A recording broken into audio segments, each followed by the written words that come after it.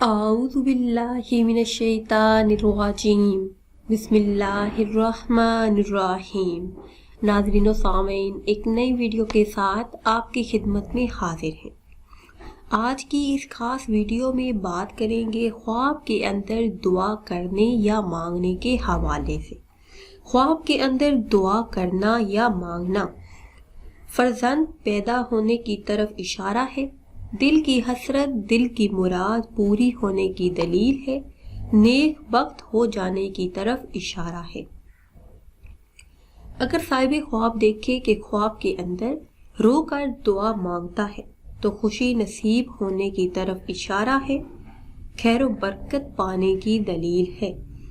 خواب کے اندر گڑ گڑا کر رو کر دعا کرنا یا دعا مانگنا گناہوں سے توبہ کرنے کی طرف اشارہ ہے، نماز اور روزے کا پابند ہونے کی طرف اشارہ ہے، دولت بے حساب پانے کی دلیل ہے۔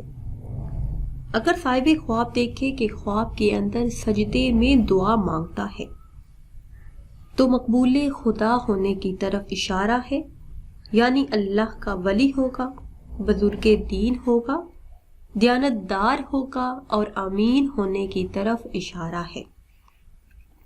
خواب کے اندر دعا ہاتھ باندھ کر مانگنا، اگر صاحب خواب دیکھے کہ خواب کے اندر ہاتھ باندھ کر دعا مانگتا ہے تو تمام حاجتیں پوری ہونے کی طرف اشارہ ہے، دارین کی نعمتیں پانے پر دلالت کرتا ہے۔